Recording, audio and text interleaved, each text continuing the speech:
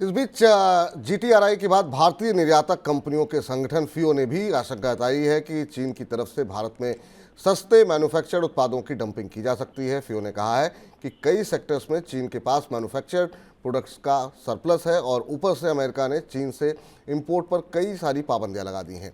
ऐसे में भारत में आए सामान की डंपिंग होने का खतरा बना हुआ है। फियो ने यह संभावना भी जताई है कि वित्त वर्ष 2024-25 के दौरान भारत से वस्तु निर्यात का आंकड़ा 500 अरब डॉलर को पार कर सकता है। फियो ने एक्सपोर्ट को बढ़ावा देने के लिए सरकार से पर्याप्त क्रेडिट फ्लो की भी मांग की है। सर, इसका क्या कुछ असर देख रहे हैं आप, और इन प्रतिबंधों के किस तरह के असर होंगे, और जो आशंकाएं जताई जा रही हैं इसको लेकर के आपकी क्या टिप्पणी है? आशंकाएं बढ़ रही हैं क्योंकि चीन को बाजार चाहिए और अमेरिका ने जितनी सख्ती के साथ एक ट्रेड वार शुरू किया है चीन के खिलाफ, जो खासा अप्रत्याशित है, और ऐसा माना जा रहा है कि अमेरिका और चीन के व्यापारिक रिश्ते जिस तरफ जा रहे हैं उनमें जल्दी किसी सुधार की उम्मीद नहीं है, क्योंकि वहां की दोनों राजनीतिक पार्टियां, कंजर्वेटिव और रिपब्लिकन, दोनों इस मत के, इस राय के हैं कि चीन से अमेरिका में डंपिंग हो रही है और चीन का आयात अमेरिका की अर्थव्यवस्था को प्रभावित कर रहा है। ऐसी स्थिति में लॉन्ग टर्म चेंज बन रहा है चीन के आयात को लेकर, चीन के इम्पोर्ट्स को लेकर, और चीन के लिए ये बाजार सीमित होता जाएगा अमेरिका का। इसलिए अमेरिका को का बाजार बंद होने के बाद, अमेरिका में कम आयात होने के बाद चीन को नए बाजारों की जरूरत होगी, और एक खतरा है कि भारत में डंपिंग हो सकती है।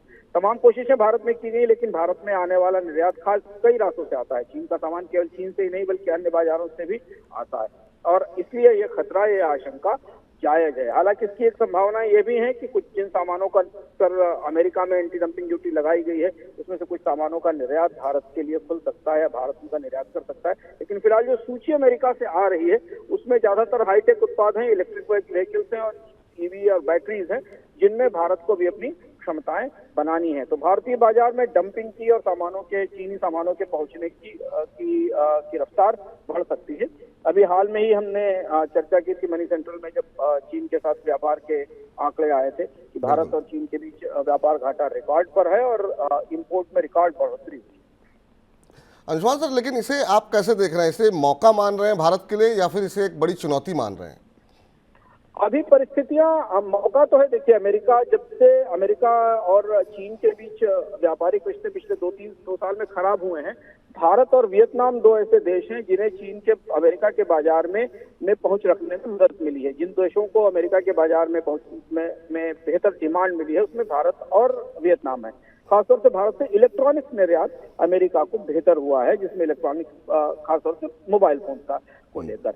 लेकिन अभी वो इतना सब्सटेंशियल बाजार नहीं है के हिसाब से, मूल्य के हिसाब से वियतनाम को इस बाजार में खासा बड़ा हिस्सा मिला है। लेकिन भारत के निर्यातकों को अमेरिका और चीन के व्यापारिक रिश्ते लंबी सर्दी की तैयारी करनी चाहिए और मौके के तौर पर इसका फायदा उठाना चाहिए। तो ऐसा नहीं होने वाला है कि अमेरिका और चीन के रिश्ते जल्दी सुधर जाएंगे।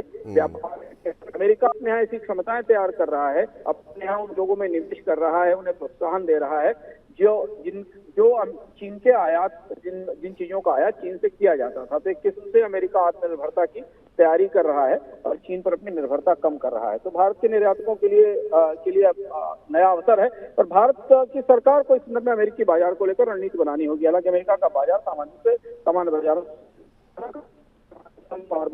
और कई तरीके के नियम है जो बीच में रास्ते में आते हैं। क्योंकि होड़ ये होगी विपुल जी कि अगर चीन ने बाजार गंवाया तो फिर यूरोप के देश अमेरिका का बाजार हासिल करने की कोशिश करेंगे। जापान एक अलग दूसरा बड़ा निर्यातक होगा जो अमेरिका का बाजार लेने की कोशिश करेगा।